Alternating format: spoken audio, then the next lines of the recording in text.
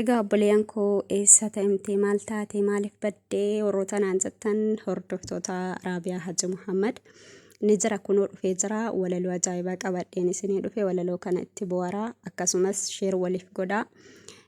Ergaa walaloo tanaa immoo itti fayyadama nama dhageessanii itti fayyadamu rabbiin isinaa godhu akka ani yeroo gabaabaa keessatti karaa rabbii kootii deebi'ee of beeke kanatti rabbi isin ufaa beeksisuun jedha. Walaloon koo mata dureen akkana jetti. Assalaamu alaikum warahmatullahi wabarakatuhu jedheetiin jalqabaa. Yaa obboleeyyan koo meena jalaa qabaa. Akkam nagaa jirtu jireenyi badhaadhaa ammas hin cufamne balbalti banaadhaa. Tooyibattee deebinaan ammas yeroo qabdaa waan hin duune seetee maaliif qalbii cabdaa. Eessa garamitti imalli jireenyaa maali kophaa taa'u itti galii keenya yoo mollaallee miti hundumtuu ni beenya. To'annoo gugurdoon lama jidduu jira kana irraanfannee maaliif garaa hirraa yeroo gabaabduudhaaf. Dachii irra turraa dhalatuun jalqabnee du'aadhaan xumurraa. Jireenya zalaalamii saniin booda dhuftii itti ga'uuf jira ilmi namaa cuftii.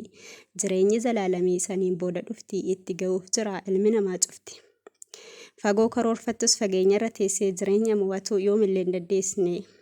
Jireenya mo'attuu yoomillee dandeessee dorgommii jireenyaa eenyutu injifatee hunduu dhiisee deemaa dadhabee hifatee. Hunduu dhiisee deemaa dadhabee hifatee. Hedduun namaa garuu kaayoo isaa dagatee karaa qalbiin isaa ajaje qabatee inni dargaggeessaa ishiin dargaggeettii waan namatti hin tolle barargaaf dhageettii. Asiif achi joortii diinii ishii dhiistee kunoo qullaa deemtii maqaa dafuuffattee qaamaa qalbii ishii kabajaan mulqattee.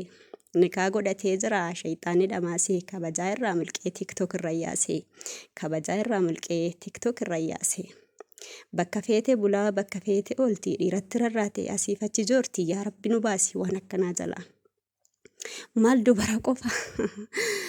dubara qofaa dhiirsas lafa guutee inni qalbiin isaa tasa jalaa buutee shayxaanni yaabbatee hedduu buuse qilee oliif gadi jooruu rifeensa fiffilee ka olii gadi zooruu rifeensa fiffilee quraana fadiisaa sunnas gadi dhiisee erga dhalaa soquu yoomin rafee ciisee.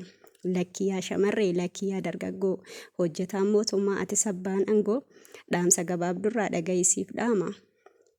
Akka yaadde miti dubbiin baay'ee cimaa kan yeroo kee gubdu osoo qamaatu jima. Kan yeroo kee gubdu osoo qamaatu jima. Ati dagattullee sin dagattu duutii karaan sin darbinii gaabbiyyoo molfuutii. Carraan si dabarraan gaabbiyyoo molfuutii.